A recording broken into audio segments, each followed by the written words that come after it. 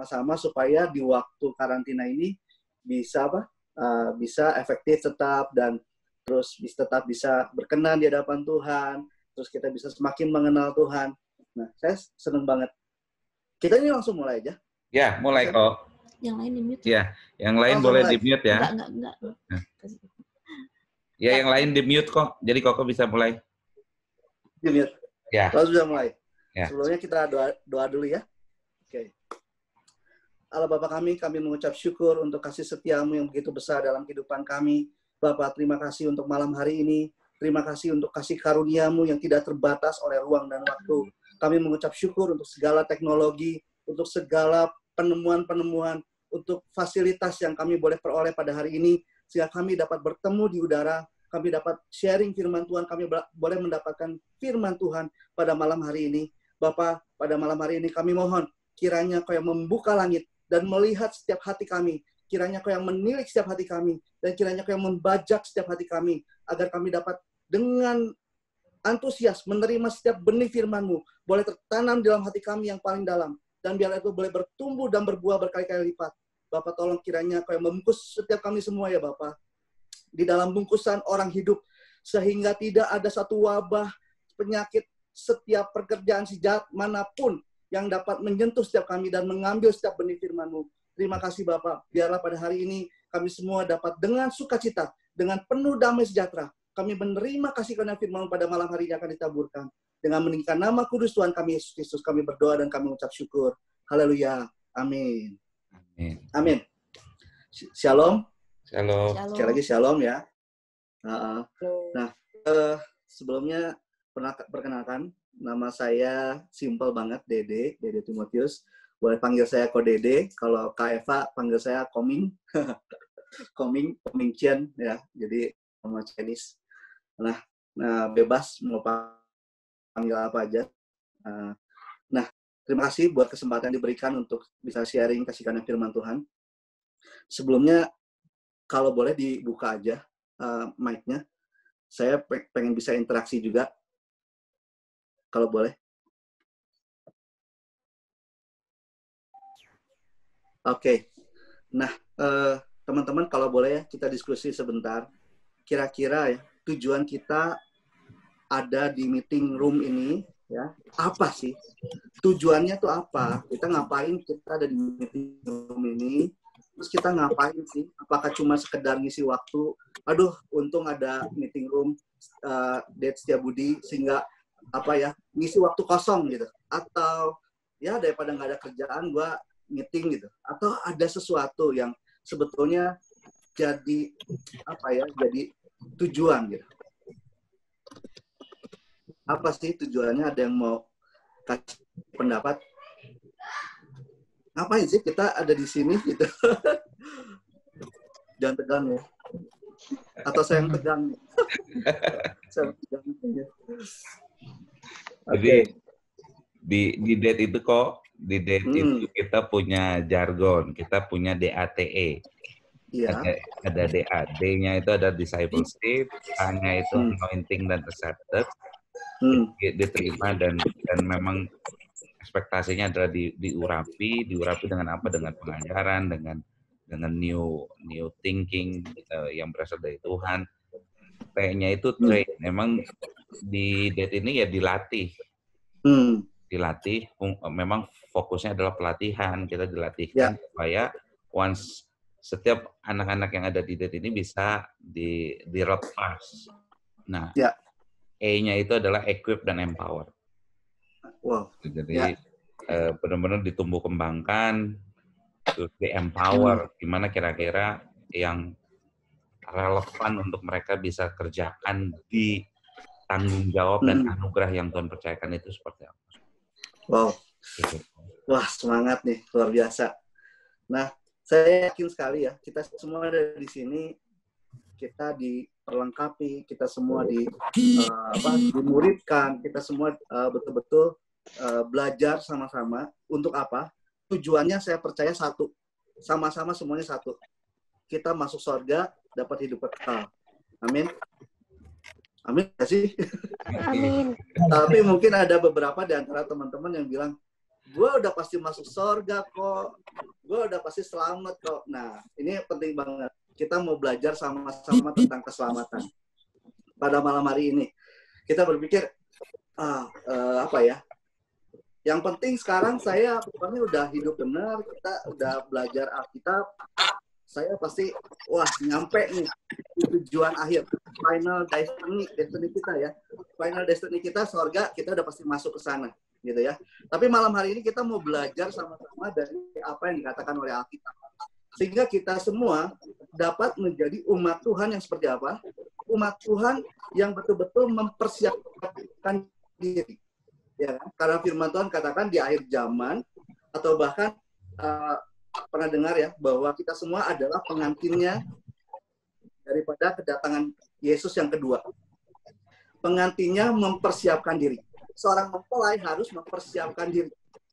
Jadi nggak ada tuh, misalkan mempelai, sang mempelai pria mau datang, terus si mempelai perempuannya santai-santai, masih pakai roll rambut gitu ya, terus masih ada bedakan di sini, camerong gitu kan, nggak mungkin gitu. Tapi sudah mempersiapkan diri kan, bukan di hari H-nya loh, bukan di hari H, pasti hari-hari sebelumnya sudah mempersiapkan diri gitu. Nah, ini penting sekali untuk setiap kita. Jangan sampai kita menjadi 5 gadis bodoh yang ada di kitab Matius pasal yang 25. Saya percaya kita semua udah tahu ya cerita 5 gadis bodoh, 5 gadis bijaksana. 5 gadis bodoh, 5 gadis bijaksana. Poinnya apa sih? Mereka sebetulnya awalnya punya minyak. Pelitanya nyala. Betul ya? Semuanya sudah mempersiapkan diri. Tapi ya, yang gadis bijaksana punya minyak, ini cukup sampai akhir. Tapi 5 gadis bodoh tidak cukup sampai akhir. Yang kedua, kelemahannya apa? Gadis bodoh ini tertidur. Tapi gadis bijaksana juga tertidur. Ya. Oke, sampai situ. Jadi, pertanyaannya gini, apakah semuanya ke-10-10-nya ini masuk ke final destiny-nya? Enggak kan? Cuma 5 ya. Dari 10 cuma 5 gadis bijaksana. Plus mempelai pria dan para sahabat yang membangunkan para gadis tersebut. Jadi, di akhir zaman ini dikatakan gereja itu berbicara, gadis bodoh, gadis bijaksana ini berbicara tentang gereja. Semua gereja ya, jadi dikatakan mereka punya minyak, cuma ada yang cukup, ada yang nggak cukup. Tapi semua gereja tertidur. Nah, jangan biarkan kita semua menjadi gereja-gereja yang tertidur, apalagi yang kekurangan minyak. Seperti itu. Nah, oke. Berarti yang penting itu final destiny ya. Yang penting itu final destiny-nya kita harus tahu tujuannya itu apa ya. Tujuannya supaya kita bisa masuk surga, kita sampai akhir, kita bisa bertahan sampai akhir. Nanti kita buka semua ayatnya ya. Nah, sekarang gini. Saya mau tanya ya. Bukan saya mau tanya, tapi saya mau kasih ilustrasi seperti ini. Saya mau kasih ilustrasi. Sebentar. Nah, seperti ini. Saya mau kasih ilustrasi. Kalau orang pernah jalan di atas salju misalnya, atau belum pernah di atas salju, di atas pasir lah ya. Mungkin pernah ke Pangandaran, atau mungkin di pantai. Jalan di atas pasir. Kalau jalan di atas pasir, saudara lihat ke bawah, jalan terus. Apakah saudara yakin saudara sampai ke tujuan saudara?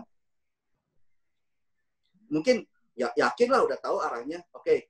Kalau saudara lihat ke belakang jejak saudara, apakah saudara yakin bahwa jejak saudara itu lurus? Nggak yakin dong.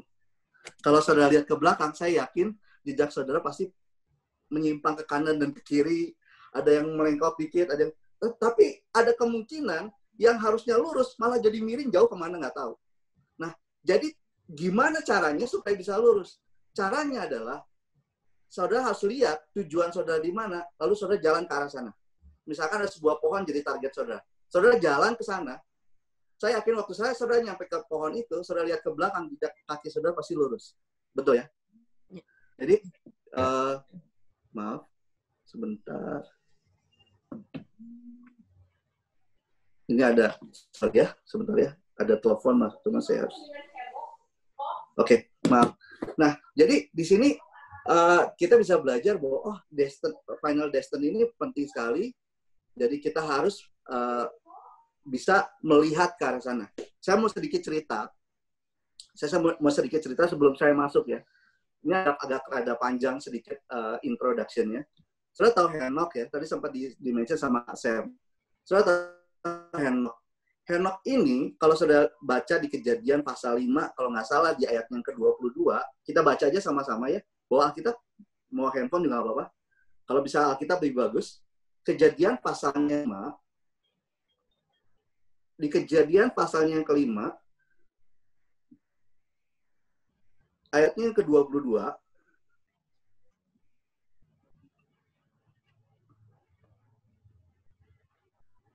oh ya, Kejadian pasalnya yang ke-5, ayatnya yang ke-22,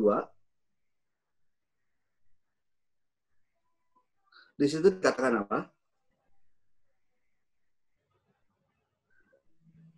Di situ dikatakan, dan Henok hidup bergaul dengan Allah selama 300 tahun lagi, setelah ia memperanakan Metusalah, dan ia memperanakan anak-anak lelaki dan perempuan. Lalu ayat 23, jadi Henok mencapai umur 365 tahun, dan Henok hidup bergaul dengan Allah, lalu ia tidak ada lagi, sebab ia telah diangkat oleh Allah. Ya, dikatakan di ayat 22, dan Henok hidup bergaul dengan Allah selama 300, dari ayat 21 ya, Kasem, maaf. Ayat 21-nya dikatakan, setelah Henok hidup 65 tahun, ia memperanakan Metusalah, dan Henok hidup bergaul dengan Allah selama 300 tahun lagi setelah ia memperanakan Metusalah, dan ia memperanakan anak-anak lelaki dan perempuan. Jadi Henok mencapai umur 365 tahun, dan Henok hidup bergaul dengan Allah, lalu ia tidak ada lagi sebab ia telah diangkat oleh Allah. Jadi satu contoh teladan daripada iman Henok, yang waktu umur 65 tahun, dia punya anak Metusalah. Henok hidup bergaul dengan Allah selama 300 tahun lagi. Di situ ada kata lagi ya, ada kata lagi. Tapi kalau dalam bahasa aslinya, itu nggak ada kata lagi. Dalam bahasa aslinya, dalam bahasa Ibraninya, itu tidak ada kata lagi. Jadi Henok hidup bergaul dengan Allah selama 300 tahun setelah ia memperanakan Metusalah. Jadi poin dia bisa berjalan dengan Tuhan selama 300 tahun adalah setelah ia punya anak Metusalah. Loh, kok bisa ya? Berarti ada rahasianya di sini. Kenapa dia bisa berjalan dengan Tuhan selama 300 tahun? Padahal kita hari Minggu, ya kalau kata berjalan di sini dikatakan bahwa dia mempunyai tujuan yang sama dengan Tuhan, dia punya cara yang sama, dia punya kecepatan yang sama, dan dia punya hati yang sama dengan Tuhan. Ini kan luar biasa ya. Dan ini punya arti daripada ibadah yang tidak ada absen sehari pun. Jadi Metusalah jadi Henok betul-betul mempersembahkan hidupnya. Kata mempersembahkan di situ, kalau dalam bahasa kanji Cina itu ada kata sapi ya, tahu sapi. Jadi Henok ini mempersembahkan seluruh hidupnya, bahkan seperti kalau saudara pelajari sapi ini dapat dipersembahkan seluruh tubuhnya. Dari kepala sampai ekor bisa dipersembahkan. Kepalanya bisa jadi sop kepala sapi, dagingnya itu bisa dimakan semua, sampai ke ekornya bisa jadi sop buntut, betul nggak? Betul. Sampai kulitnya aja bisa dijadiin tas, dompet, dan lain-lain. Jadi seluruh hidupnya dipersembahkan untuk Tuhan. Ini kan luar biasa. Kalau sampai Tuhan tulis tentang Henok ini, bukan hanya di perjanjian lama, tapi di perjanjian baru, nanti kita buka sama-sama, berarti ada sesuatu yang sedang Tuhan menyatakan kepada kita untuk orang atau untuk setiap kita yang hidup di akhir zaman. Nah, artinya apa? Artinya Tuhan mau kita menghidupi imannya Henok yang bisa hidup, terus mempersembahkan hidupnya dengan sepenuhnya setiap hari sampai kita menerima berkat ubah dapat masuk ke dalam kerajaan sorga. Nah, dikatakan setelah ia punya anak Metusalah. Jadi ada satu poin di mana waktu umur 65 tahun, si Henok ini ada turning point-nya gitu. Jadi umur 65 tahun, dia berjalan bersama dengan Tuhan setelah dia punya anak Metusalah. Berarti ada sesuatu tentang Metusalah ini. Metusalah kalau sudah googling aja, nggak usah pusing-pusing nyari. Kalau sudah googling, Metusalah itu artinya apa? Artinya setelah dia mati muncul penghakiman. Artinya gini, kalau dalam bahasa disingkat, kata Metusalah itu adalah artinya kiamat.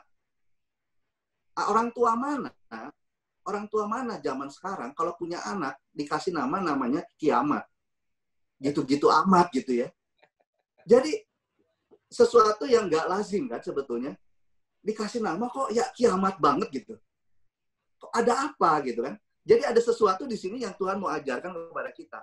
Bahwa ketika Henok punya anak Metusalah, si Henok ini berubah hidupnya. Iya kan? Sekali lagi kan. Ketika berarti ada sesuatu tentang Metusalah. Ada sesuatu tentang kiamat. Ternyata, kenapa sampai si Henok ini kasih nama anaknya kiamat? Kenapa si Henok ini kasih nama anaknya akhir zaman? Itu ada di Yudas, pasalnya yang pertama, ayatnya yang ke-14. Di kitab Yudas, pasalnya yang pertama, karena nggak ada pasal yang kedua ya. Kalau saya bilang pasal yang kedua, nah itu bohong berarti. Jangan percaya, saudara. Yudas yang pertama, ayat yang ke-14, dikatakan apa? Setelah, Yudas 1 ayatnya yang ke-14.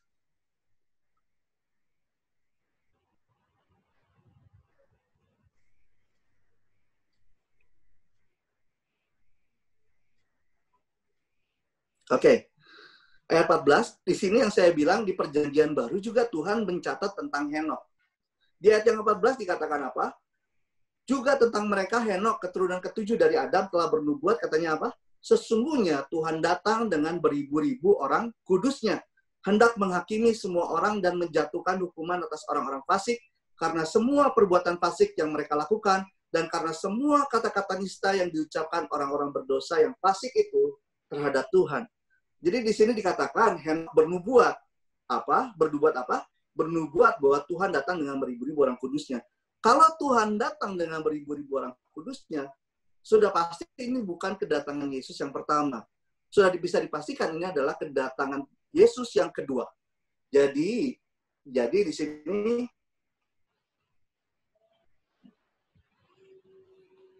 dan saya bahkan katakan hendak menghakimi semua orang kan. Jadi kedatangan Tuhan yang kedua ini adalah Tuhan yang datang dengan beribu-ribu orang kudusnya, hendak menghakimi semua orang. Dan ini yang Henok lihat. Dan ini yang membuat si Henok ini kasih nama anaknya apa? Akhir zaman, Metusalah, akhir zaman. Dan karena melihat hal ini yang membuat Henok apa? Yang membuat si Henok berubah hidupnya. Si Henok berubah total. Dia bisa hidup dengan takut dan gentar akan Tuhan, mempersembahkan hidupnya dengan sepenuhnya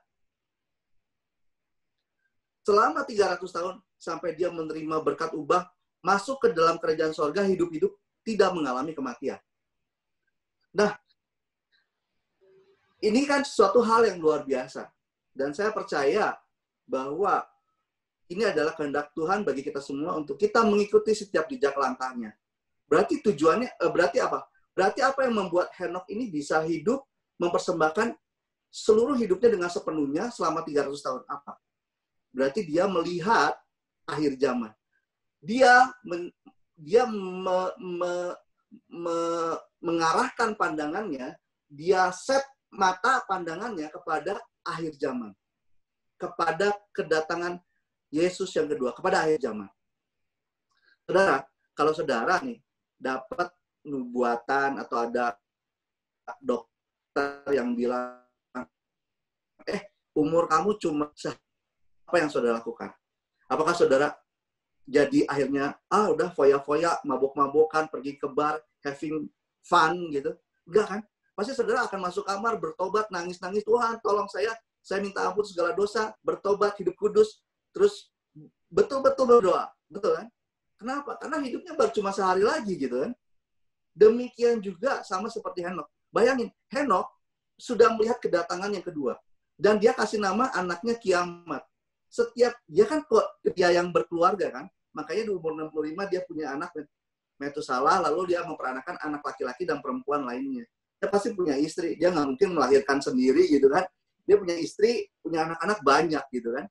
Jadi apa artinya? Artinya dia seorang kepala keluarga. Dia pasti pergi bekerja, dia cari nafkah, dia setelah dia pulang dia pasti ngerasa capek. Mungkin waktu dia capek, dia lihat anaknya kan. Waktu setiap kali dia lihat anaknya, dia ingat setiap gambaran Tuhan yang datang dengan beribu-ribu umatnya. Bayangin, setiap dia datang, setiap dia panggil anaknya, "Hei, kiamat," aduh, dia langsung ingat lagi. Dan apa yang terjadi? Ini yang membuat dia betul-betul hidup kudus, tidak betul-betul hidup takut dan gentar akan Tuhan setiap hari. Dan saya percaya, ini yang Tuhan mau, supaya setiap kita semua, gereja Tuhan dapat berjaga-jaga sekali lagi di dalam doa, dengan takut dan gentar mempersembahkan seluruh hidup kita dengan sepenuhnya kepada Tuhan, supaya kita semua bisa bertahan sampai akhir. Yes. Amin. Amin. Amin. Oke. Nah, satu lagi ya. Saya mau sebentar ya. Berarti pertanyaannya ya. Mungkin pertanyaannya gini.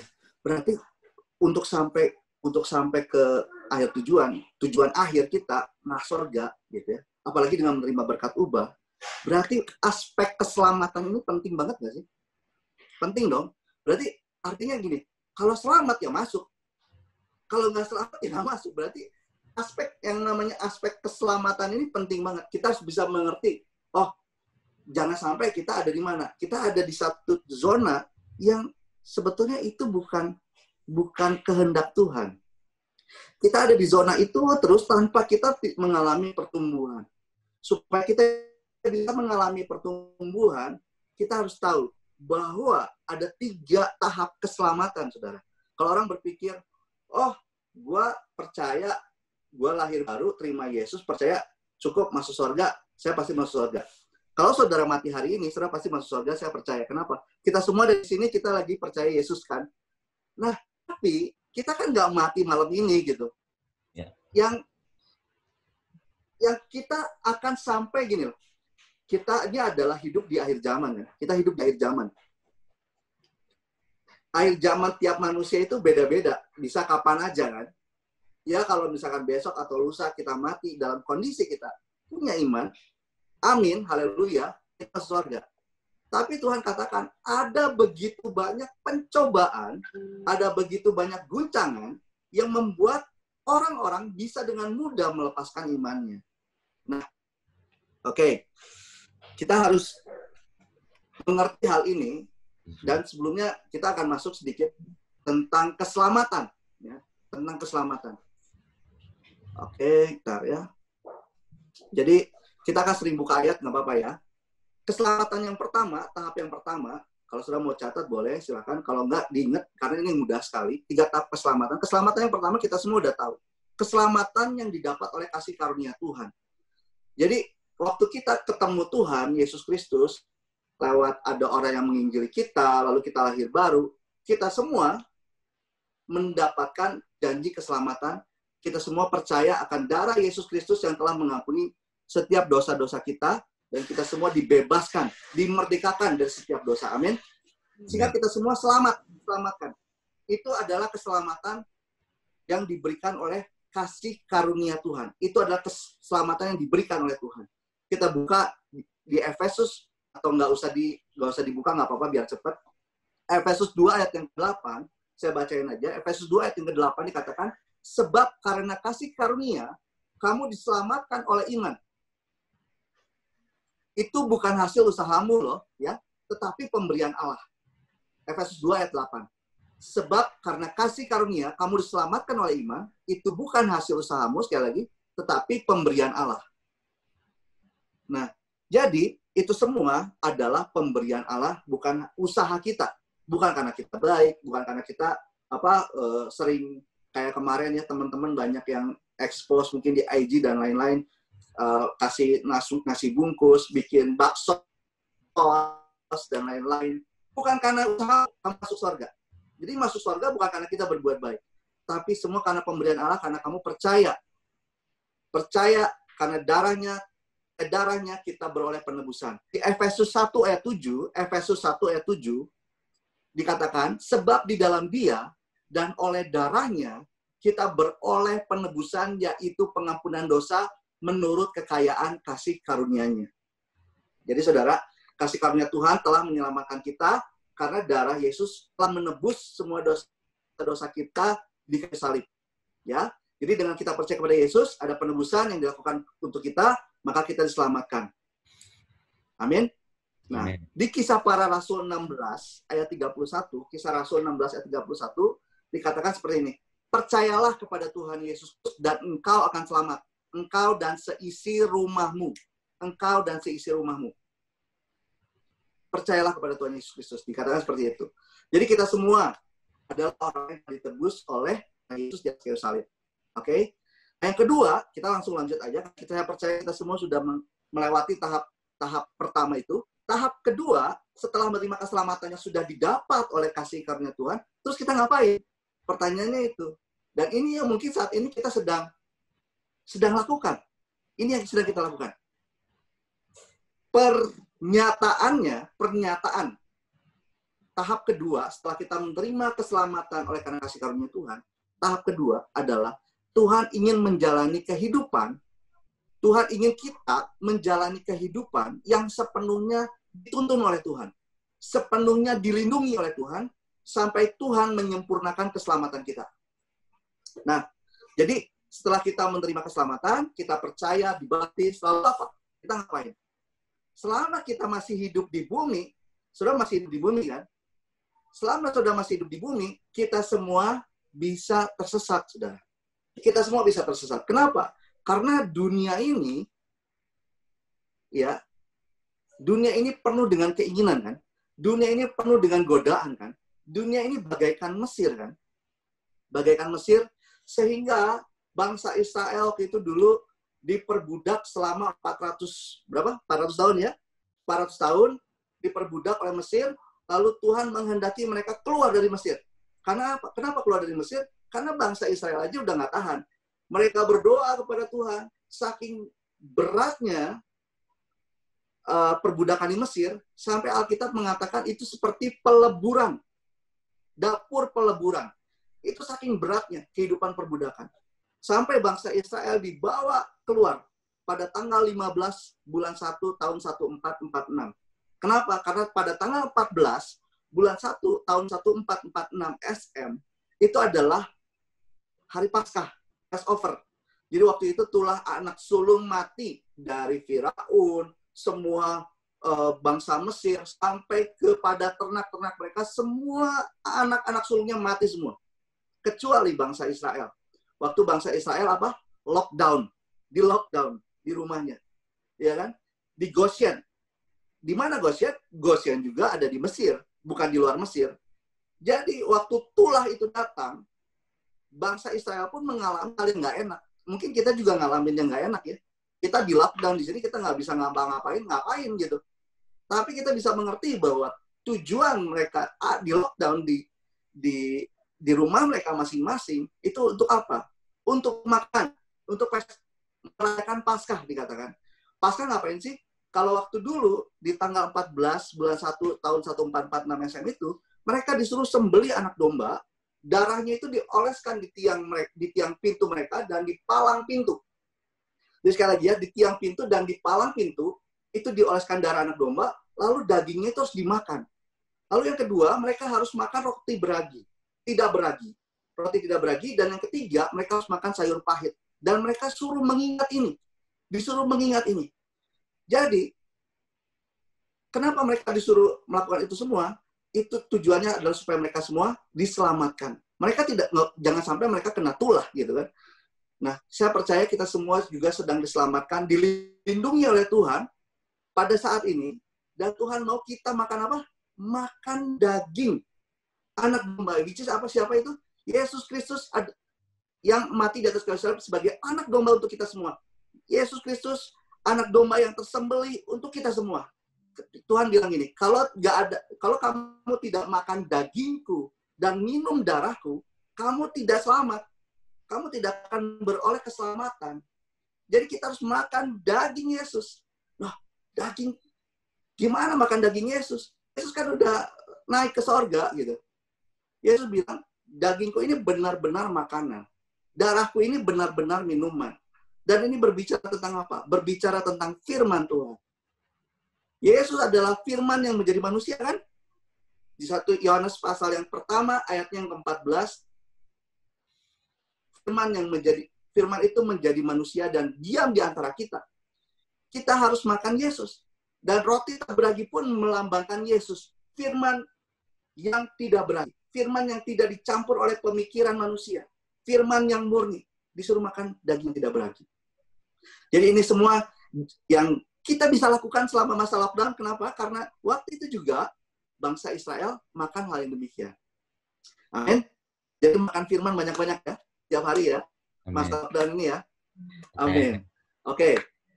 Nah, setelah itu bangsa Israel keluar dari Mesir kan. Nah, kalau boleh, saya pengen gambarin sedikit.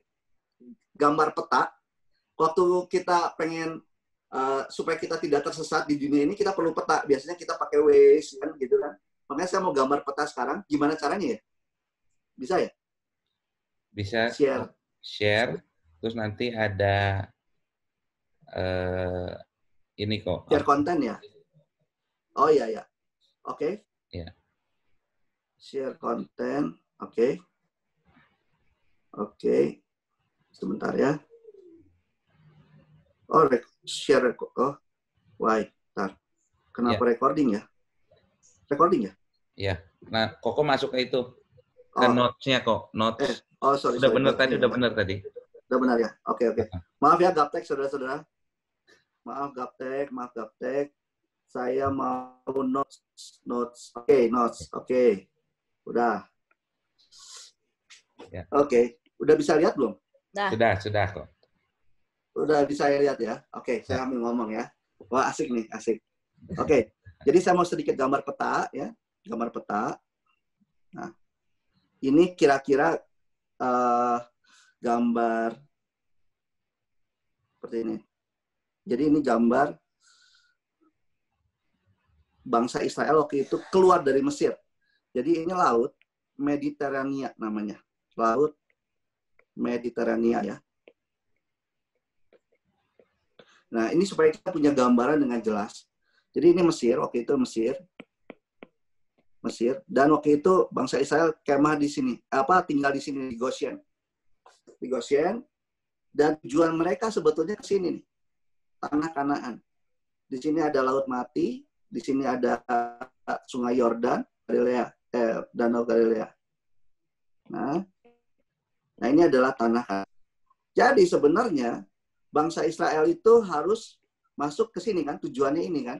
Nah, ini yang saya kuning ini adalah tanah Kanaan. Tujuan mereka ke sini. Tuhan mau masuk ke tanah Kanaan. Ini Kanaan. Ya. Jadi waktu itu bangsa Israel dituntun oleh Tuhan keluar dari Mesir.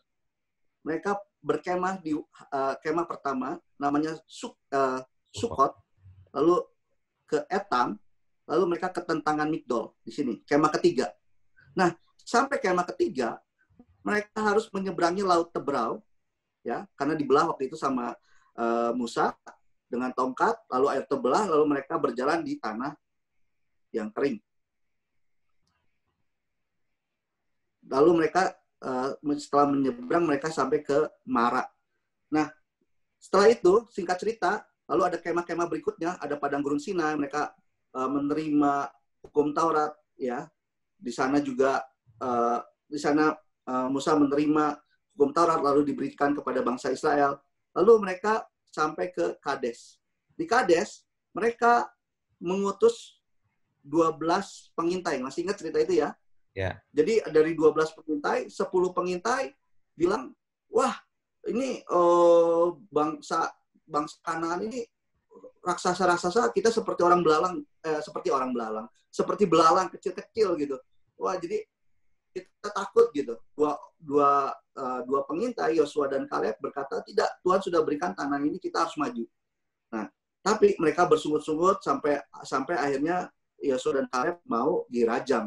Dan akhirnya mereka nggak jadi kan. Oke, kata Tuhan, karena kamu nggak percaya, 40 hari kamu mengintai tanah Kanaan, satu hari di 1 tahun, jadi 40 tahun. Jadi perjalanan dari Sukot sampai ke Kades ini, kira-kira ini 2 tahun perjalanan. Sebetulnya dalam waktu 2 tahun udah bisa masuk tanah Kanaan. Tapi karena ketidakpercayaan mereka akhirnya diputar-putar lagi di sini selama 38 tahun. Ya, kebayang nggak sih? Sampai mereka akhirnya tiba di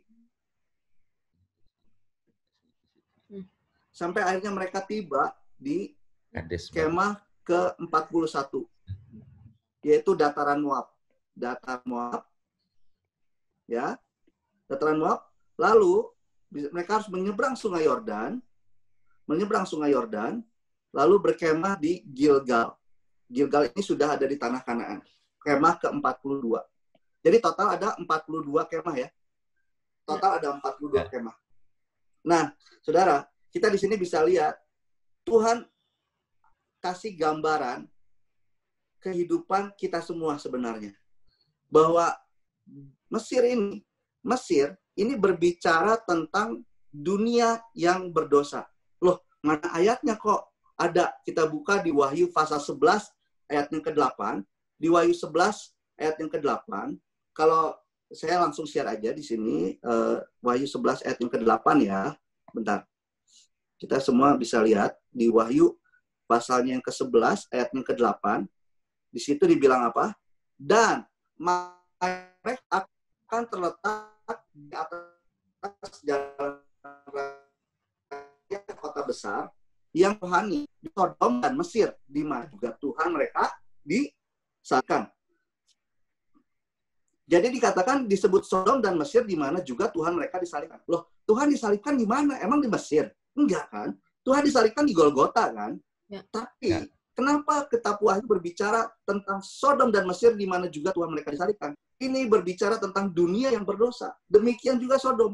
Sodom adalah dunia yang penuh dengan dosa, yang sama seperti zaman Nuh. Ini adalah tempat yang harus binasa. Yang akan dibinasakan, menerima penghakiman Tuhan.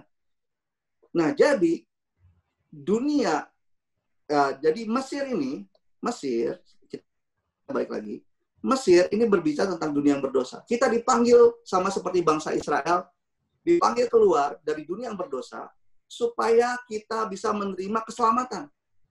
Yang kedua, setelah keluar dari Mesir, kita semua nyampe ke sini nih, ke tentangan Migdol, terus menyeberangi laut. Menyeberangi laut bicara tentang apa sih? Menyeberangi laut, dikatakan di 1 Korintus pasal 10 ayat yang kedua, dikatakan mereka dibaptis dalam awan dan dalam laut, ya kan? Dibaptis dalam awan dan dalam laut. Demikian juga kita kan? Waktu kita percaya Yesus, kita dibaptis, tanda kita percaya. Nah, setelah dibaptis, lalu kita mulai belajar hukum-hukum Tuhan kan? Oh, kita belajar tentang Alkitab, kita belajar ayat demi ayat, kita belajar mengenal Tuhan. Kan Tuhan memperkenalkan dirinya lewat firman. Jadi, lewat firman Tuhan, kita jadi semakin mengenal Tuhan. Nah, masuk ke padang gurun. Ini kan padang gurun kan? Padang gurun. Padang gurun ini berbicara tentang apa sih? Padang gurun ini berbicara tentang kehidupan gereja. Loh, kok bisa kehidupan gereja? Nah, di Kisah Para Rasul pasalnya yang ke-7, saya bukanya, Kisah Para Rasul pasalnya yang ke-7, ayatnya yang ke-38, dikatakan apa? Musa inilah yang menjadi pengantara dalam sidang jemaah di mana? Padang gurun kan? Di antara malaikat yang berfirman kepadanya di Gunung Sinai dan nenek moyang kita, dan dialah yang menerima firman-firman yang hidup untuk menyampaikannya kepada kamu. Jadi dikatakan di situ, Musa inilah yang menjadi pengantara dalam sidang jemaah di padang gurun. Sidang jemaah dalam bahasa Yunani-nya itu adalah eklesia. Eklesia, bicara soal apa? Gereja. Jadi, Alkitab berbicara tentang padang gurun ini adalah kehidupan bergereja. Nah, setelah kehidupan bergereja, tujuan daripada bangsa Israel itu adalah tanah Kanaan. Jadi mereka semua harus masuk tanah Kanaan. Saudara bayangin, apa yang terjadi di padang gurun? Apakah semuanya ini masuk ke padang gurun? Masuk ke tanah Kanaan? Kanaan ini berbicara tentang apa? Kanaan ini berbicara tentang sorga. Sorga ya. Tanah yang berlimpah susu dan madunya. Bahwa tanah ini akan diberikan kepada Abraham, menjadi waris kepada Abraham untuk selama-lamanya. Saya bukain ya, Kejadian 17 ayatnya yang ke-8, ayatnya yang ke-8. Nih, ini adalah warisan kepada bangsa Israel yang adalah keturunan Abraham kan. Jadi janji tentang tanah Kanaan ini sudah diberikan kepada Abraham. Dikatakan seperti ini, kepadamu dan kepada keturunanmu akan kuberikan negeri ini yang kau diami sebagai orang asing. Yakni seluruh tanah Kanaan akan kuberikan menjadi milikmu untuk apa? Selama-lamanya kan. Dan aku akan menjadi Allah mereka. Sekarang pertanyaannya, tanah mana di muka bumi ini yang bisa dimiliki selama-lamanya? Nggak ada kan? Kalau saudara punya tanah di muka bumi ini, dimanapun, punya sertifikat, siapapun itu, kalau orang-orang ada mafia-mafia yang hebat banget, mereka bisa menggandakan sertifikat dan saudara bisa kehilangan tanah saudara. Jadi sebetulnya tidak ada tanah yang bisa dimiliki selama-lamanya. Apalagi di akhir zaman, Tuhan bilang akan menghancurkan. Seluruhnya ini akan hancur, akan lenyap. Cuma satu yang nggak lenyap, firman Tuhan aja. Jadi, kata selama-lamanya, tanah Kanaan yang akan diberikan selama-lamanya, ini mengacu kemana? Mengacu kepada sorga. Kenapa? Karena orang-orang yang percaya kepada Yesus disebut anak-anak Abraham kan. Makanya kepada Zakeus, saudara tahu ya Zakeus, kepala pemungut cukai, waktu dia kan orang pendek, kita cuma taunya Zakeus, orang pendek, cuma gitu doang. Tapi kita sebetulnya harus tahu Zakeus itu gimana hidupnya. Jadi Zakeus itu dia betul-betul merasa bahwa dirinya ini berdosa sampai dia datang ke bait Allah itu dia merasa nggak layak. Dia menundukkan kepala, dia merasa tidak layak. Dan Yesus sudah lihat ini. Setelah Yesus mengatakan perumpamaan tentang orang Farisi yang berdoa dengan mengangkat tangan dan seorang pemungut cukai yang berdoa jauh-jauh dan merasa tidak layak. Dan sebetulnya itu berbicara tentang Zakeus. Perikop berikutnya Tuhan mendatangi Zakeus dan berkata, Zakeus turun dari pohon karena hari ini aku akan menumpang di rumahmu. Waktu ke rumahnya, Zakeus bilang apa? Semua hutang saya akan saya kembalikan dan kalau misalnya dirugikan saya akan gantikan sekian kali lipat. Dan ini dikatakan oleh Yesus, dikatakan apa? Keselamatan sudah datang kepada rumah ini. Dan orang ini pun adalah anak Abraham. Jadi setiap orang-orang yang selamat ini disebut anak Abraham. Jadi waris daripada Abraham ini diwariskan kepada siapa? Kepada kita semua. Sampai sorga pun digambarkan sebagai pangkuan Abraham kan. Waktu ada orang kaya dan ada Lazarus yang miskin.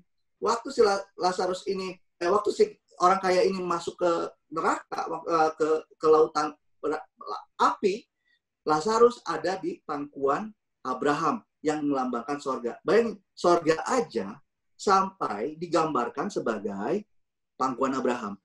Jadi penting sekali kita mengenal tentang apa yang Abraham terima daripada Tuhan. Dan dikatakan tanah Kanaan ini menjadi apa? Menjadi janji. Buat kita yang percaya kepada Yesus, bertumbuh mengenal Dia, dan bertahan sampai akhir, kita semua akan mewarisi tanah Kanaan yang akan dimiliki selama-lamanya. Kerajaan sorga untuk selama-lamanya. Amin? Amin. Amin. Jadi, nah, setelah itu, saya mau tanya, apakah semuanya masuk ke sorga atau tanah? Enggak, kan? Jadi, setelah mereka keluar dari, saya kasih merah, setelah mereka keluar dari Mesir, mereka sensus, ada 603.550 orang. Yaitu orang yang berumur 20 tahun ke atas, dan orang yang siap berperang. Yaitu generasi pertama yang keluar dari Mesir, masuk ke padang gurun ini. Generasi pertama. Nah, yang masuk dari generasi pertama, dari 603.550 orang, yang masuk ke Kanaan ini, berapa orang? Cuma 2 orang. Yosua dan Kaleb. Berarti 603.548 mati semua. Lalu yang masuk, selain 2 orang ini, dari generasi pertama, itu yang masuk adalah generasi Generasi kedua yang lahir di padang gurun. Jadi mereka yang lahir di padang gurun dan mereka yang tidak mencemarkan dirinya oleh perempuan-perempuan, mereka yang masuk ke kemah ke-42. Jadi, saya mau sedikit kasih lihat bahwa gambaran padang gurun ini berbicara tentang kehidupan kita, kan? Nah, berarti ada sesuatu di sini yang sedang Tuhan ingin ajarkan kepada kita. Iya, kok ini kan bicara soal sejarah Israel. Ini kan tidak apa, mau bicara apa? Ini apa? Bicara tentang kita. Oh, ini berbicara tentang kita, teman-teman. Kenapa? Karena di kitab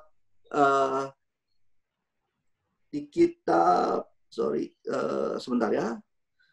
Kisah Para Rasul pasalnya yang ke-7, betul nggak ya? Sorry, sebentar. Tiba-tiba lupa. Sorry. Kisah Para Rasul, bukan Kisah Para Rasul. Di 1 Korintus, sorry ya, ini betul-betul ngeflow banget soalnya, sorry nih. Kita buka ini ya. Kisah 1 Korintus pasal yang ke-10, ayatnya yang ke-11. Kalau kita lihat, di sini judulnya Israel sebagai suatu peringatan. Dikatakan itu kan? Ya. Aku mau kamu mengetahui, saudara-saudara, bahwa nenek moyang kita semua berada di bawah perlindungan awan dan bahwa mereka semua telah melintasi laut. Ya kan? Untuk menjadi pengikut Musa, mereka semua telah dibaptis kan dalam awan dan dalam laut kan? Dan ini berbicara tentang perjalanan padang gurun, berbicara tentang bangsa Israel. Dan di ayat yang ke-11 bilang apa? Semuanya ini telah menimpa mereka sebagai contoh dan dituliskan untuk menjadi apa? Peringatan bagi kita yang hidup pada waktu kapan? Di mana zaman akhir telah tiba. Apakah saudara percaya bahwa kita semua adalah generasi yang hidup di mana zaman akhir telah tiba? Saya yakin kita semua percaya dan kita semua sudah melihat tanda-tandanya dan kita sedang mengalami tanda-tandanya. Ya, zaman akhir telah tiba. Jadi saudara, di sini dikatakan ini semua perjalanan ini adalah peringatan untuk kita yang hidup di mana zaman akhir telah tiba. Jadi penting sekali untuk kita mempelajari dengan detail setiap ayat yang ada di dalam Alkitab, di dalam setiap pemuritan, kita renungkan tiap hari, kita ada waktu kosong, kita renungkan lagi sama seperti yang Kasem tadi katakan. Dan mulai menyukai firman Tuhan, dan mulai belajar, oh ini ternyata tentang kita ya. Tentang kita ya, gitu ya. Tentang kita, sekali lagi, kenapa sampai 3 kali? Karena saudara, kalau saudara lihat foto alumni, gitu ya, lihat foto alumni banyak orang kan, banyak orang. Kalau pertama kali lihat foto, siapa dulu yang dilihat? Kita. Diri sendiri kan? Betul. Diri sendiri yang dilihat. Ada kitanya, baru kita tertarik melihat foto. Tapi kalau foto alumni orang lain, saudara tertarik nggak lihat? Nggak akan tertarik kan? Saudara, sebetulnya Alkitab ini adalah berbicara tentang Yesus dan tentang kita. Ya, jadi Tuhan pengen berbicara kepada kita dengan jelas. Oh ini loh firman. Semua apa yang kita perlukan di akhir zaman Tuhan sudah siapkan. Dia adalah gembala yang baik kan? Dia adalah gembala yang baik. Dan dia mau menuntun kita, ya. Dia mau menuntun kita, dia mau memperlengkapi kita, dia mau kita semua dipenuhi oleh firman-Nya. Yohanes 1 ayat 1 dikatakan apa? Pada mulanya adalah firman, firman bersama dengan Allah, firman adalah Allah. Waktu kamu penuh dengan firman, kamu akan penuh dengan Allah. Nah, waktu kamu penuh dengan Allah, Tuhan tidak akan membiarkan satu ruangan pun kosong di kamu. Amen. Jadi, akhirnya apa? Kamu akan senantiasa penuh dengan Roh Kudus. Penuh dengan sukacita. Penuh dengan gairah. Kenapa? Karena kamu tahu bahwa Tuhan ada bersama-sama dengan kamu dan Tuhan terus berfirman kepadamu. Jadi jangan kita pikir kalau kita rasa-rasa yang ada rasa merinding apa segala macam, that's good. Itu sesuatu yang baik. Puji Tuhan kalau kita mengalami itu. Tapi terlebih lagi, biarlah kita semua pada saat ini kita bertemu dengan Yesus melalui firman-Nya. Masing-masing pribadi kita. Saya berdoa biarlah kasih karunia Tuhan boleh bekerja saat ini. Roh Kudus bekerja kepada setiap kita untuk kita membuka mata hati kita, mengerti bahwa firman-Nya adalah dirinya. Firman ini adalah Yesus. Amin. Oke, jadi ya saya malah pengen pengen sharing ini, nggak apa-apa ya. Lukas pasal yang ke-24, Lukas pasal yang ke-24 ayat yang ke-27 dikatakan apa? Lalu ia menjelaskan kepada mereka apa yang tertulis tentang dia dalam seluruh kitab suci, mulai dari kitab Musa, kitab-kitab Musa, dan segala kitab nabi-nabi. Kalau kita pikir kita udah percaya Yesus, tapi kita nggak mau belajar tentang perjanjian lama, kalau kita nggak mau baca Alkitab, perjanjian lama, dan berbicara itu cuma sejarah Israel, enggak. Tuhan bilang di situ tertulis tentang dia, mulai dari kitab Musa, kan? Kitab Musa itu adalah apa? Pentatuk, kan? Mulai dari kitab Kejadian, Keluaran, Bilangan, Imamat, Ulangan, seluruh kitab nabi-nabi berbicara tentang Yesus. Jadi kalau kita nggak mau baca Alkitab mulai dari kitab Kejadian, berarti kita tidak mau mengetahui tentang Yesus. Bayangin, seluruh Alkitab ini berbicara tentang Yesus. Ya, Kak, tapi apakah betul itu ayat mungkin salah tulis kali? Yesus kan cuma di perjanjian baru aja. Nah, oke, kalau nggak terlalu penting, coba di ayat yang ke-44 dibilang lagi. Kalau nggak terlalu penting, gimana bisa dibilang 2 kali? Dia bilang seperti ini. Ia berkata kepada mereka, inilah perkataanku yang telah kukatakan kepadamu ketika aku masih bersama-sama dengan kamu, yakni bahwa harus digenapi semua yang ada tertulis tentang aku dalam kitab Taurat Musa, kitab nabi-nabi, ditambah lagi apa? Kitab Mazmur. Seluruh Alkitab dari Kejadian sampai Wahyu ini berbicara tentang Yesus. Jadi bagaimana kita bisa mengenal mempelai pria kita kalau kita tidak membaca kitab mulai dari kitab Kejadian, Keluaran, Bilangan, Imamat, Ulangan. Ya. Terus kitab nabi-nabi, kitab Mazmur, perjanjian baru dari Matius sampai kepada Wahyu, bagaimana kita bisa mengenal dia? Kita cuma pengen, gue mah suka nih sama ayat ini, apa, Yohanes 3:16. Oh, Mazmur 23. Gue mah ayat ini aja. Saudara, jadi nanti saya mau kasih tahu, itu nggak boleh. Kenapa? Karena kita tidak boleh mengurangi Alkitab. Dikatakan apa? Sekali lagi, saya mau bukakan di Wahyu pasalnya yang ke-22, ayatnya yang ke-18. Nggak boleh ngurangin firman. Dikatakan di ayat yang ke-19, Wahyu 22 ayat 19, dan jikalau seorang mengurangkan sesuatu dari perkataan-perkataan dari kitab nubuat ini, kata kitab nubuat artinya Biblaridion. Biblaridion ini mengacu kepada seluruh Alkitab yang kita baca, dari Kejadian sampai Wahyu. Seluruh kitab ini kan adalah kitab nubuat. Makanya ada nubuatan yang sudah digenapi dan ada yang belum digenapi. Jadi kitab nubuat ini tidak cuma bicara tentang kitab Wahyu aja ya.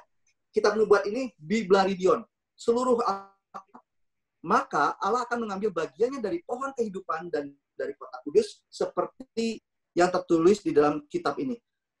Diambil bagiannya dari pohon kehidupan dan dari kota kudus. Kota kudus ini bukan kota yang di Jawa Timur, pabrik rokok ya. Ini kota kudus ini bicara soal sorga, ya kan? Kalau dalam bahasa Inggrisnya, kalau dalam bahasa aslinya, itu bahasa Inggrisnya sebetulnya yang New King James Version, dia bilang ini, His part will be taken away from the book of life. Makanya kalau dalam kitab ILT, ini ILT ada bawahnya nih, di bawahnya cetak biru. Jika seorang membuang sesuatu dari perkataan-perkataan kitab nubuat ini, Allah, Elohim, akan menghapus bagiannya dari apa? Kitab kehidupan. Dan dari kota kudus. Dan apa yang telah tertulis dalam kitab ini.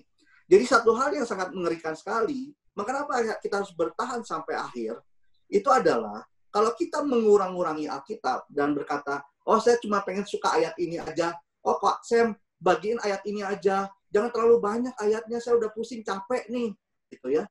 Jadi kalau kita ngurang-ngurangin perkataan firman Tuhan, dikatakan nama kita akan diambil, akan dihapus. Tadinya sudah ditulis, tapi jadinya apa?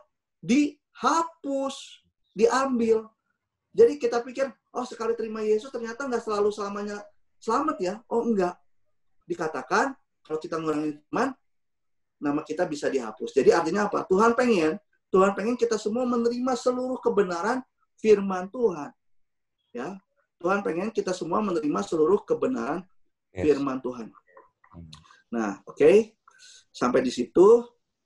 Nah, kita masuk sini. Jadi kita harus apa? kita harus mengerjakan keselamatan kita dengan takut dan gentar, kan? Jadi inilah keselamatan yang kedua. Kita buka Filipi 2, di Filipi 2 ayatnya yang Filipi 2 ayatnya yang ke-12 dikatakan apa? Hai saudara-saudaraku yang kekasih, kamu senantiasa taat.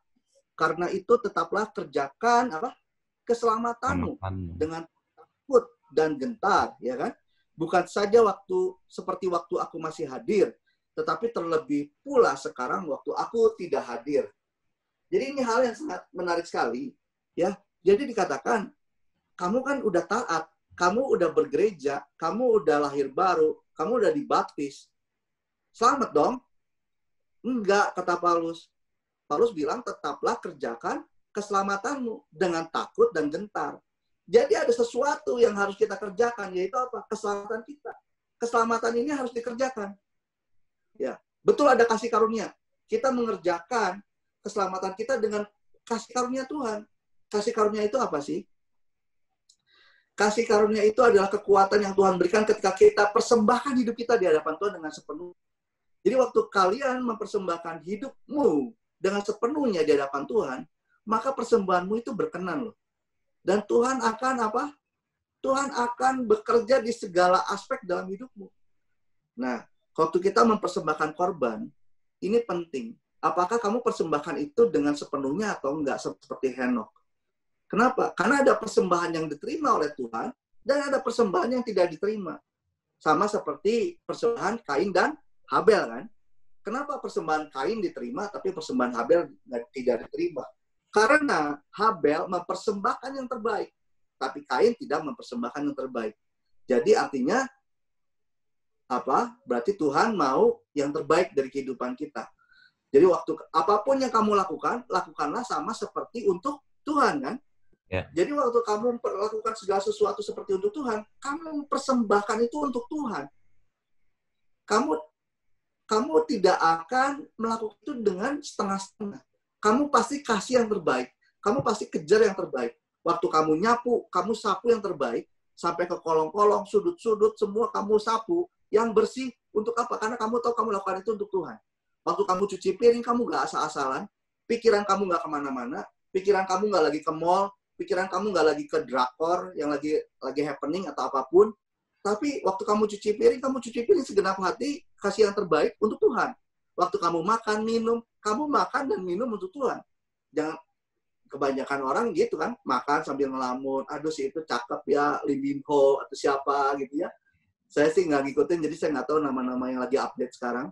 Tapi saya tahu lah gitu. Sekarang tuh lagi masa-masanya lockdown gini, paling seneng nonton film-film yang berseri, kan.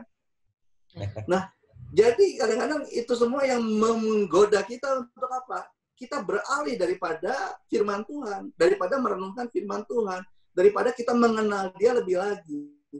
Jadi, saudara, janganlah sampai kita semua tertarik pada dunia yang sedang hilang dengan segala keinginannya ini. Nah, jadi Tuhan mau kita semua hidup, ya, kita sudah terima keselamatan. Kita jalani kehidupan yang dituntut oleh Tuhan dengan takut dan gentar, kan? Kita harus ikuti Tuhan, jalani iman dengan takut dan gemetar di hadapan Tuhan. Nah,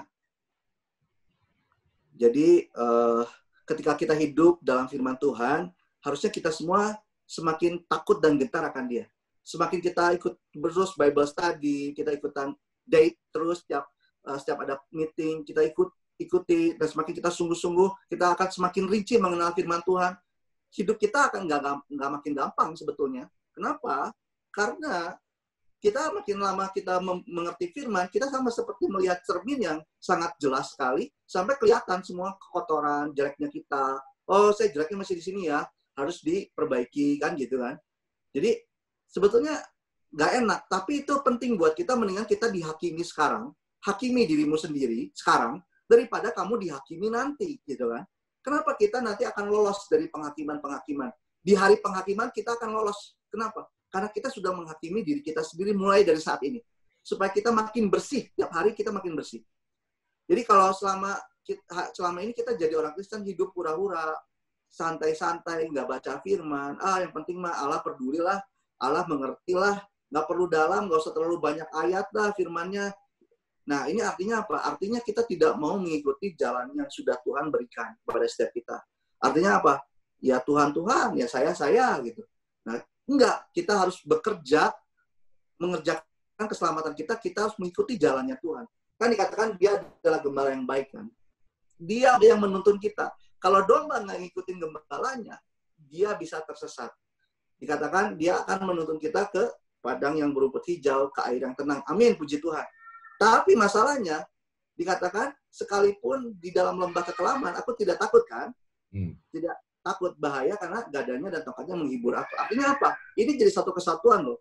Tuhan tidak hanya menuntut kita kepada padang rumput yang hijau, tidak hanya kepada air yang tenang. Tapi Tuhan juga menuntut kita melalui lembah kekelaman. Tuhan mau kita melalui lembah kekelaman. Tapi percayalah, waktu kita melalui lembah kekelaman, Tuhan beserta dengan kita. Yes.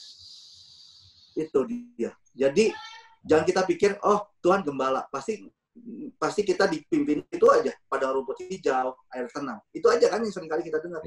Tapi kan ayat berikutnya, Tuhan juga pimpin kita ke lembah kekelaman. Jadi kita betul-betul harus mengikuti suara domba, suara si gembala, ya, sang gembala. Mereka yang mereka yang adalah domba-dombanya akan jadi Tuhan adalah gembala yang menuntun domba-domba kan. Siapa domba-dombanya? Kita kan. Yeah. Kita yang mau dituntun dan kita yang mau diselamatkan sampai akhir masuk kembali ke kandang itu kan. Domba yang mendengarkan suara Tuhan itu akan mengikuti tuntunannya. Jadi kalau dalam perjalanan si domba ini punya jalan hidup sendiri, akhirnya si domba tidak akan selamat. Kenapa? Karena musuh ini siang malam keliling terus. Cari celah untuk bunuh iman kita. Jadi gimana caranya? Jadi kita harus mengikuti jalannya Tuhan kan. Kita harus dengar terus setiap hari suaranya kan. Tuhan maunya kemana nih? Suaranya gimana nih? Jadi satu-satunya jalan agar kita bisa selamat, tidak tersesat, apalagi di dalam lembah kekelaman, adalah mendengar suaranya. Kita harus ikuti jalan Tuhan. Yohanes 14 ayat yang ke-6, Yohanes 14 ayat yang ke-6, ini ayat yang sangat terkenal sekali. Dikatakan apa? Kata Yesus kepadanya, akulah jalan, kebenaran, dan hidup. Tidak ada seorang pun yang datang kepada Bapa kalau tidak melalui aku. Jadi dia adalah jalan. Tuhan adalah jalan, kebenaran, dan hidup. Supaya kita semua bisa sampai kepada Allah Bapa di sorga. Maka kita harus mengikuti jalan Yesus. Kita nggak bisa jalan masing-masing. Yesus adalah jalan. Dia adalah gembala kita. Jadi agar kita dapat mengikuti jalan Tuhan, ya kan? Kita terus mengikuti jejaknya, kita harus mengenal dia. Kenapa? Karena di 1 Petrus pasal yang kedua, 1 Petrus pasal yang kedua, ayatnya yang ke-21, dikatakan apa? Sebab untuk itulah kamu dipanggil, karena Kristus pun telah menderita untuk kamu, dan telah meninggalkan teladan bagimu, supaya kamu mengikuti jejaknya. Jadi Yesus Kristus tidak ditulis hanya di perjanjian baru saja. Seluruh Alkitab sudah meninggalkan teladan bagimu, supaya kamu mengikuti jejaknya. Jadi kalau kita mengikuti jejaknya gimana caranya? Bukan nonton film Yesus The Passion of Christ, tapi melalui apa? Melalui firman Tuhan. Dari Kejadian, Keluaran, terus sampai ke Wahyu. Karena semuanya berbicara tentang Yesus. Jadi, kehidupan iman kita yang sebenarnya, yang benar saat ini, setelah kita menerima Yesus adalah apa? Adalah mengerjakan keselamatan itu dengan takut dan gentar. Nah, saudara, kita kembali. Saya mau gambar lagi, boleh ya? Maafkan gambar saya jelek, tapi mudah-mudahan mengerti. Saudara tahu ya, kemah suci ya, bait suci ya, saudara tahu ya. Jadi, kalau ngomong soal kemah suci, ya, kemah suci dikatakan seperti ini nih. Kemah suci kan seperti ini nih.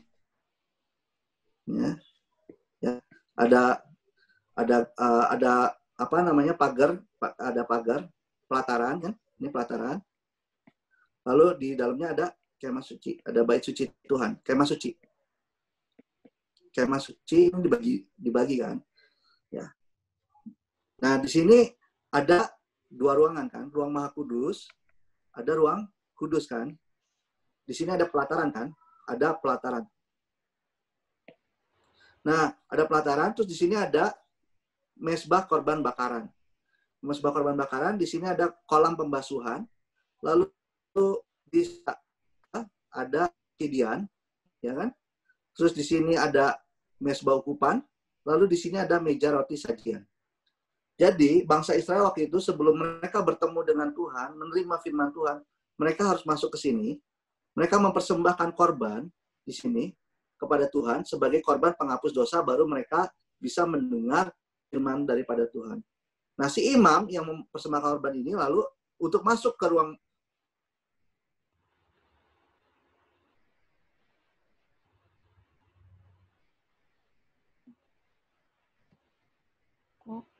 Halo kok. Internetnya Putus ya. putus.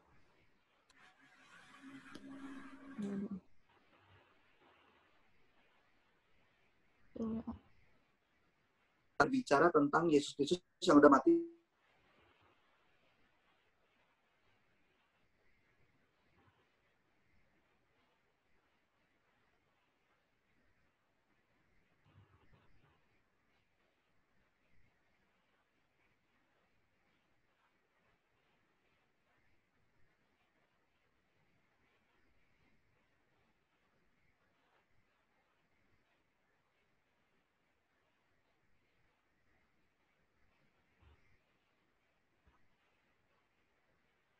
Halo kok.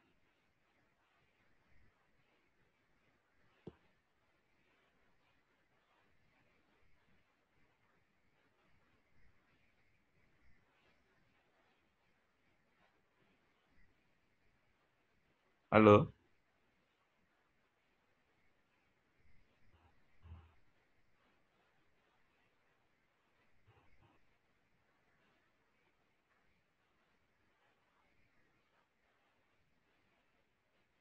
Halo kok.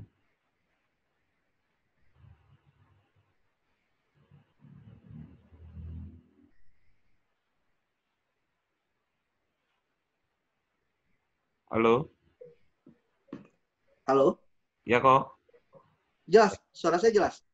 Dah. Udah ya? Dah. Udah balik ke screen belum? Sudah. Oke, balik lagi ya. Ya. Jadi, mezbah korban bakaran ini berbicara tentang pengorbanan Yesus Kristus. Kita terima Yesus, kita percaya Yesus di sini, terima korban persembahan, Yesus yang mati di atas kayu salib, penghapus dosa kita di sini, ya kan? Saya kasih di sini. Nah, ini. Lalu kita dibaptis kan, kolam pembasuhan kan. Ya. Setelah kolam pembasuhan, apa yang terjadi? Kita masuk ke sini kan, ke ruang kudus. Ruang kudus, di ruang kudus kita ngapain? Ini berbicara tentang apa? Berbicara tentang kehidupan kita bergereja kan. Di situ kita terima firman Tuhan, meja roti sajian kan, ada roti sajian kan, roti tidak beragi. Kita konsumsi kan, firman Tuhan, berbicara tentang firman Tuhan. Lalu ada kaki dian. Kaki dian berbicara tentang Roh Kudus. Kita juga bergaul dengan Roh Kudus. Ya kan, Roh Kudus sudah diberikan kepada kita, yang memimpin, menuntun setiap kita, agar kita terus ada di jalan yang benar di hadapan Tuhan. Lalu ada mezbah ukupan kan. Mezbah ukupan berbicara tentang doa. Jadi ada 3 firman Tuhan, ada ukupan yang adalah doa, dan memimpin kita di dalam kita membaca firman Tuhan, di dalam kita berdoa. Jadi 3 hal ini kita lakukan di gereja, dalam perjalanan kita,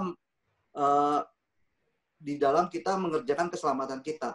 Kalau kita tidak melakukan ini, kalau kita tidak melalui fase ini, ruangan ini, ruang kudus, bisa nggak kita ketemu Tuhan di ruang kudus? Nggak bisa kan? Jadi tujuan kita adalah ketemu Tuhan kan, sorga kan. Jadi untuk masuk sorga, kita harus menjalani ini loh. Ketemu firman, mengkonsumsi firman, berjalan dengan Roh Kudus, dan juga apa? Berdoa dengan tuntunan Roh Kudus. Amin. Ya. Amin. Oke. Takutnya saya putus lagi nih. Jangan-jangan ngomong sendiri lagi dari tadi. Nah, jadi kita bisa lihat di sini bahwa ini berbicara tentang kehidupan kita. Ya. Jadi kita harus mengikuti ini di bait suci Tuhan. Jangan sampai kita menjadi orang yang cuman bakar bahan bakaran, udah sampai dibaptis, udah selesai. Terus tidak melakukan apa-apa. Kita harus mengerjakan keselamatan ini di ruang kudus ini. Nah, saya bukakan di 1 Petrus 4.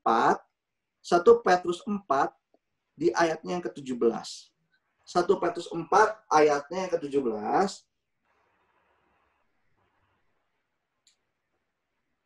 Aduh. Dikatakan apa? Karena sekarang telah tiba saatnya penghakiman dimulai kan? Sebentar ya. Sebentar. Sebentar ya.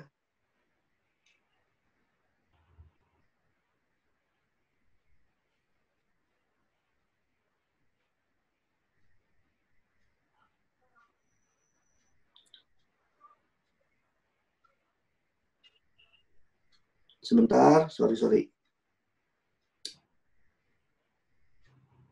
Sebentar ya.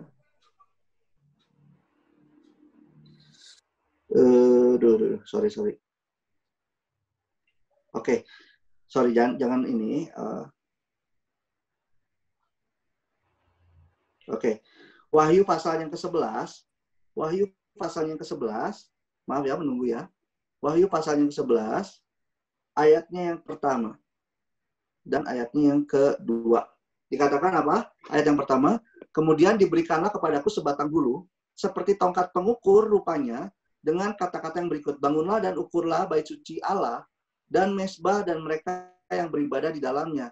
Tetapi apa? Kecualikan pelataran bait suci yang di sebelah luar. Janganlah engkau mengukurnya, karena ia telah diberikan kepada bangsa-bangsa lain, dan mereka akan apa? Menginjak-injak kota suci 42 bulan lamanya. Jadi di sini yang diukur itu adalah ukurlah bait suci Allah dan mezbah dan mereka yang beribadah di dalamnya.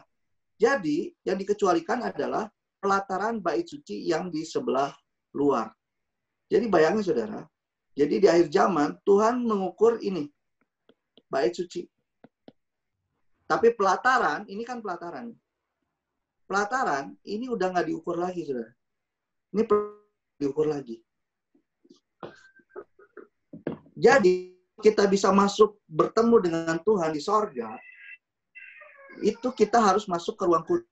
Jangan sampai berhenti di sini doang, jangan. Oke?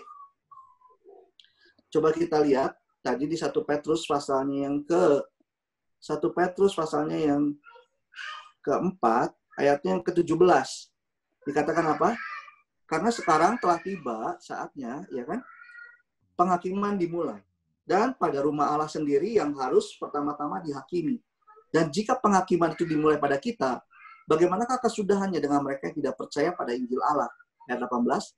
Dan jika orang benar hampir-hampir tidak diselamatkan, apakah yang akan terjadi dengan orang fasik dan orang berdosa? Di ayat 18 dikatakan apa? Orang benar hampir-hampir tidak diselamatkan. Kalau kita pikir di sini, yang penting maki gua udah benar. Yang penting kita akhirnya kan diselamatkan kan? Tapi, saudara, dalam bahasa aslinya, kata hampir-hampir tidak diselamatkan, dalam bahasa Yunaninya itu adalah molen. Molen, itu kalau molen itu bukan pisang molen, saudara ya. Jangan-jangan saudara lapar gitu, terus mikirnya, wah pisang molen nih. Bukan. Jadi orang benar hampir-hampir tidak diselamatkan. Artinya apa? Kalau dalam bahasa aslinya molen, orang benar hampir tidak ada. Hampir tidak ada.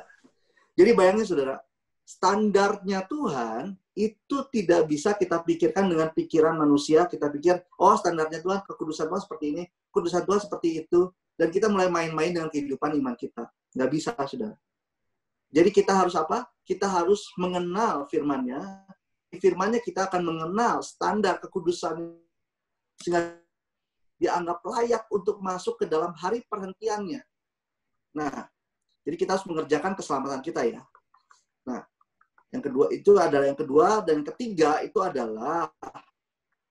adalah Tuhan menyempurnakan keselamatan kita ya. Tuhan menyempurnakan keselamatan kita. Jadi keselamatan yang disempurnakan. Loh, keselamatan yang disempurnakan gimana sih ceritanya? Bentar ya. Saya sambil cari dulu, bentar. Kok ini hilang? Oke. keselamatan yang disempurnakan. Kalau kita baca di 2 Timotius 4 ayat 18, 2 Timotius 4 ayatnya ke-18, dikatakan seperti ini kan. Dan Tuhan akan melepaskan aku dari setiap usaha yang jahat. Dia akan menyelamatkan aku, sehingga aku masuk ke dalam kerajaannya di sorga. Baginya lah kemuliaan selama-lamanya. Amin.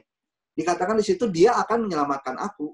Loh, bukannya Paulus udah mengatakan di Efesus 2 ayat 8, oleh karena kasih karunia kamu diselamatkan oleh iman kan tadi. Itu bukan hasil usaha, itu pemberian Allah.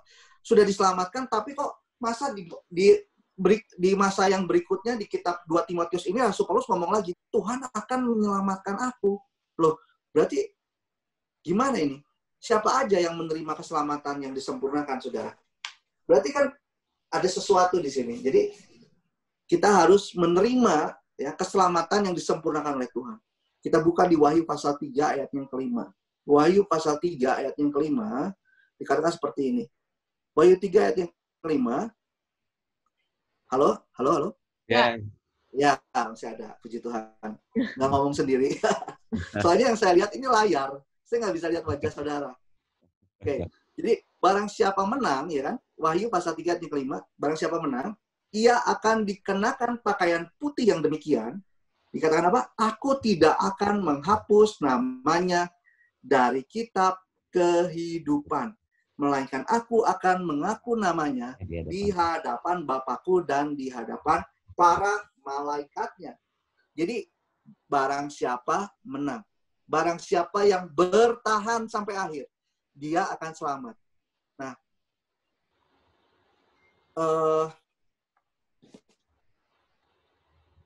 Ibrani 4 itu adalah gambaran untuk kita di akhir zaman. Ya. Yang nggak tahan, yang nggak bertahan, tidak akan selamat. Jadi kita harus bertahan sampai selamat, kita harus menang. Musuh terbesar itu siapa sih? Musuh terbesar itu bukan setan loh. Musuh terbesar itu dirimu sendiri. Diri kita sendiri ini adalah musuh. Musuh yang terbesar. Hawa nafsu, kedagingan kita, ini adalah musuh terbesar. Jadi kita harus menang. Kita harus menang. Dikatakan di kitab Matius pasal 24 ayat yang ke-13, tetapi orang yang bertahan sampai pada kesudahannya akan selamat. Nggak usah dibuka lah ya, udah tahu. Ya. Tetapi orang yang bertahan sampai kepada kesudahannya akan selamat. Jadi dikatakan di Wahyu pasal 3 ayat 5 ini, barang siapa menang, ya, menang ini bertahan sampai akhir.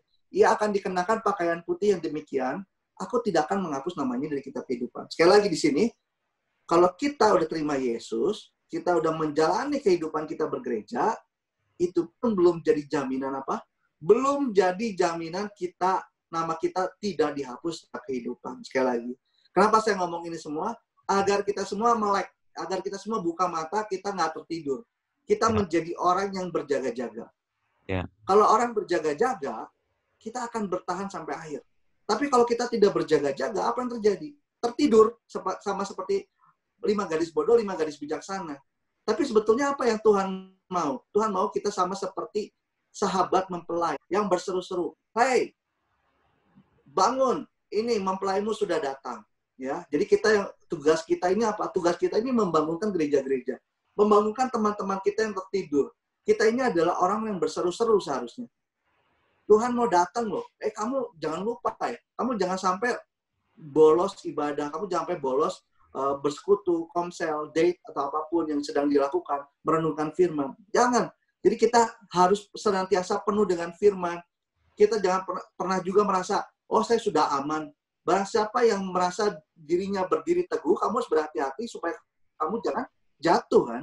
Jadi jangan sampai kamu ngerasa, oh kamu udah berdiri teguh. Kalau kamu udah ngerasa berdiri teguh, kamu akan bilang, kamu akan apa? Kamu akan lengah.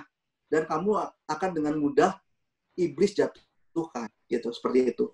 Nah, jadi biarlah kita semua menjadi orang-orang yang menang, bertahan sampai akhir, sehingga kita semua dapat diselamatkan. Dan dikatakan, ia akan dikenakan pakaian putih yang demikian. Kan bicara soal kekudusan. Jadi, kekudusan. Nah, kita masuk ke yang Wahyu pasal ke-22 tadi, kita udah bahas ini, tapi saya mau bahas lagi. Wahyu pasal 22, dikatakan, dari ayat 18 dan 19, saya bacakan sedikit lagi ya. Aku bersaksi kepada setiap orang yang mendengar perkataan-perkataan nubuat dari kitab ini. Jika seorang menambahkan sesuatu kepada perkataan-perkataan ini, maka Allah akan menambahkan kepadanya malapetaka-malapetaka yang tertulis dalam kitab ini.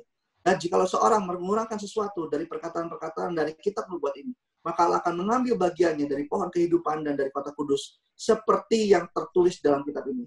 Jadi artinya apa? Tuhan mau kita menerima seluruh firman Tuhan, tidak dikurang, tidak ditambah. Apa adanya, kita harus makan roti yang tidak beragi. Kenapa disebut roti tidak beragi?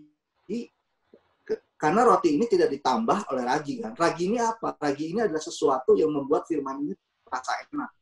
Nah, ini kita harus buang. Kenapa? Ragi ini berbicara tentang kemunafikan orang-orang Farisi yang cuma tahu tapi tidak melakukan. Dan juga bicara soal apa? Soal pemikiran-pemikiran manusia agar orang tuh gampang makannya. Jadi ini nggak boleh. Jadi firman apa adanya. Alkitab berbicara, biarlah itu yang menjelaskan adalah firman Tuhan sendiri. Dikatakan bahwa pada mulanya adalah firman bersama-sama dengan Allah, firman adalah Allah, kan. Kalau kita nggak ngerti firman, biarlah firman yang menjelaskan dirinya sendiri. Jadi harus ada ayat pendukung yang lain. Jadi ayat menjelaskan ayat. Jadi penting sekali agar kita mengerti firman dengan benar seluruh Alkitab dari Kejaran sampai Wahyu, supaya kita tidak tersesat, saudara. Supaya kita menjadi domba-domba yang mendengar dan mengenal suara Tuhan kita, sehingga kita akan selalu mengikuti kemanapun gembala kita pergi. Ya, jadi tidak boleh ada satupun di dalam firman Tuhan kita abaikan. Biarlah sepenuhnya kita kembali kepada firman Tuhan, bukan cuma tahu, bukan cuma seperti orang Israel yang hafal tapi tidak melakukan, yang akhirnya adalah gugur juga, 603.548 orang mati di padang gurun. Tapi ya, jadi mereka mati begitu aja, tidak menerima tanah janji. Jadi bahkan 3 pemimpin besar, Musa, Miriam, dan Harun pun tidak masuk ke dalam tanah perjanjian loh. Kenapa? Karena tidak taat firman. Musa merasa, aduh, jadi disuruh apa? Disuruh berkata-kata kepada gunung batu, tapi malah dia pukul gunung batunya. Hanya itu aja loh. Hanya cuman pukul, ya udahlah gitu ya. Masukin Musa ke tanah perjanjian. Enggak. Kekudusan Tuhan, standarnya Tuhan bukan standarnya kita, bukan pemikiran kita. Kalau Tuhan bilang suruh berkata-kata, ya udah berkata-kata aja. Makin lama, makin ke akhir zaman, saudara, makin kita mengenal dia, makin spesifik firman yang Tuhan berikan kepada kita. Jadi biarlah kita menerima firman dengan apa adanya, dan kita mulai terus belajar mentaati setiap firman yang kita terima, mulai hari ini dan seterusnya, sehingga kita semua dapat dilayakkan oleh Tuhan, menjadi umat Tuhan, yang terus bertahan sampai akhir dan menerima berkat ubah masuk ke dalam kerajaan surga. Amin. Amin. Amin. Top broadcast. Oke. Terus, oke. Udah. Udah, saya serahkan kembali kepada Sam. Oke. Wah, udah pada ngantuk semua. Ngantuk nggak nih? Waduh. Oke. Loh, ini nggak ada kameranya. Oh, start video. Oke. Ya, start video. Ya, halo. Oke, thank you kok. Sama-sama. Makanan berat. Makanan berat. Ya. Aduh. Ya, kita belajar banyak hari ini. Saya sengaja undang Ko Dede juga buat teman-teman sama-sama dengar bahwa penting sekali, urgensi untuk kita benar-benar masuk lagi, mengizinkan kita benar-benar dilahirkan dari firman. Nah, saya selalu bahas, tadi juga saya udah share juga ke Ko Dede, bahwa yang kita sudah bahas berkali-kali sebenarnya, bahwa Yohanes 3 ayat yang kelima sudah dijelasin bahwa nggak cukup kita cuman dilahirkan kembali. Itu kan perkataan Yesus dengan perkataan Nikodemus. Nggak cukup kita selesai cuman hanya di titik kita lahir baru. Enggak. Karena lahir baru hanya akan membuatmu melihat kerajaan. Kamu bisa melihat Tuhan, kamu bisa merasakan ada penggenapan firman, kamu bisa lihat itu. Tapi Tuhan nggak mau kita berhenti cuma sekedar di situ, tapi kita bisa more beyond on that. Nah, diceritakan dilahirkan dari air dan roh. Air bicara tentang firman, roh bicara tentang Roh Kudus. Kalau tadi digambarkan tentang bait Allah, nah Kenapa kita harus masuk ke ruang kudus? Kenapa? Karena ketika kita berinteraksi di ruang kudus, itulah yang akan membawa kita ke ruang Maha Kudus. Nah, kalau kita baca di Ibrani 9, saya sedikit sampaikan. Ibrani 9 itu cerita tentang yang tadi diceritain sama Kodede. Nanti teman-teman bisa baca di rumah. Catat aja. Tapi dibilang di ayat yang ke-8 bilang, dengan ini Roh Kudus menyatakan bahwa jalan ke tempat yang kudus itu belum terbuka selama kemah yang pertama itu masih ada. Itu adalah kiasan masa sekarang. Sesuai dengan itu dipersembahkan korban dan persembahan yang tidak dapat menyempurnakan mereka, yang mempersembahkannya menurut hati nurani mereka. Karena semua itu di samping makanan dan minuman dan berbagai macam pembasuhan hanyalah peraturan-peraturan untuk hidup insani yang hanya berlaku sampai tibanya waktu pembaharuan. Jadi yang Tuhan mau adalah ketika kita belajar ini bukan cuma sekedar kita belajar aturan, bukan bicara tentang kekristenan yang legalistik. Banyak orang bilang gini, Bang, kalau pacaran boleh nggak ciuman gitu kan? Boleh nggak pegangan tangan? No, bukan bicara tentang itu, tapi ini bicara tentang hubungan. Bagaimana firman dan value yang kita pelajari dari firman Allah. Ketika kita mengizinkan kita berinteraksi dengan firman, ketika kita mengizinkan Roh Kudus terus bersaksi di dalam roh kita, membuat sebuah kesaksian di dalam hati kita, itu menciptakan sesuatu value dalam kehidupan kita. Nah, kekristenan itu bicara tentang itu. Bukan bicara tentang legalistik yang perlu kita taati secara cuman karena kita Kristen jadi kita perlu taat. No. Nggak di situ. Nggak. Yang kita perlu lakukan karena more beyond that, kita benar-benar pengen memastikan bahwa hidup kita itu benar-benar apa yang Tuhan firmankan, apa yang kita kenal, itu juga menjadi bagian kehidupan kita. Sehingga daging kita sama seperti Kristus bisa dibagikan juga kepada orang-orang lain. Kita jadi kitab yang terbuka, yang bisa dirasakan oleh setiap orang. Gitu ya. Oke, teman-teman. Ya. Thank you, Ko Dede. Thank you. Semuanya jarinya. Thank you. Thank you, teman-teman. Nice sharing. Thank you. Ya, I hope. Senang banget bisa gabung. Siap kok. Next time mungkin kita bisa ngobrol-ngobrol lagi kok. Pasti Ini dengan senang hati. Ini teman-teman yang saya cerita kalau saya di Bandung, saya kalau ngobrol sama beliau ini nggak sampai subuh kali. Lupa waktu udah. Lupa waktu. Karena kita ngomongin firman. Tapi firman yang begini itu yang menguatkan, merefresh, menyegarkan saya untuk benar-benar bisa, karena kita bisa hidup dari situ.